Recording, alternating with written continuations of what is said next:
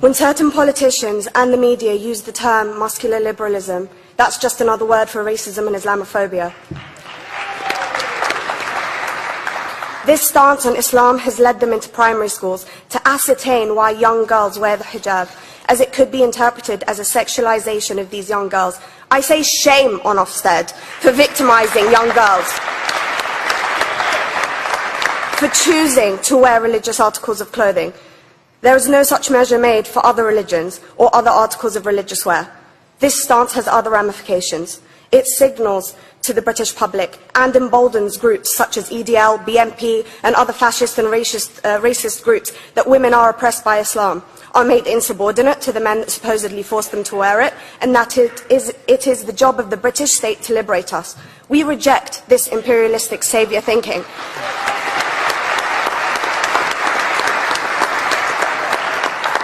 And I am here to state for all people who choose to practice their beliefs openly that we are not oppressed by our faith. Islam is not one homogeneous block. There are Muslim women who do not wear the hijab, and that is their interpretation of their faith. The Quran beautifully states, La ikraha fid din, which translates to there is no compulsion in religion. My faith has given me the right to choose 1,400 years before the Universal Declaration of Human Rights told me I could. A fun fact for you, conference. My dad didn't want me to wear the hijab. I chose to. Those of faith, thank you. Those of faith should have the right to choose to wear their articles of faith. Sikhs wearing the turban, Jews wearing the kippah, or Christians wearing the crucifix. Practicing my right to freedom of expression through the hijab empowers me and other women like me to know that we are able to make decisions for ourselves. Through the hijab, women like me feel empowered to overcome the social expectations of sexualization that is relevant and has currently resulted in many cases of anxiety and worse. I can speak for myself and others like me. At school, I was able to focus more on the thoughts that were running through my mind than how good I looked to the world. The NUT has supported a woman's right to choose when it comes to pregnancy. I want conference to support my right to wear the hijab.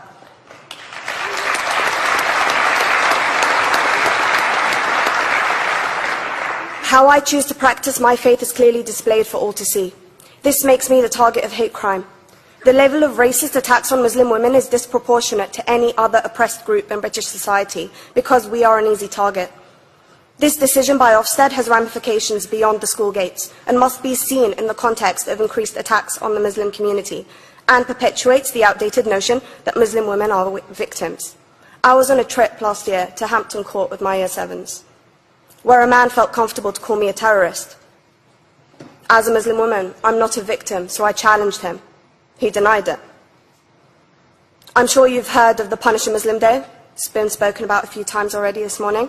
And as a Muslim, I'm actually quite optimistic. They're trying to limit it to one day. That's 364 less than normal.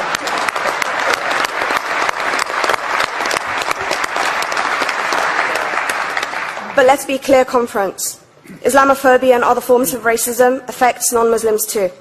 If we don't challenge this stance as a collective, we may turn into a society like France, where women are forced by the law to choose between their faith and their education, their faith and their right to work in the public sector, their faith and their right to enjoy a day out by the seaside with their families.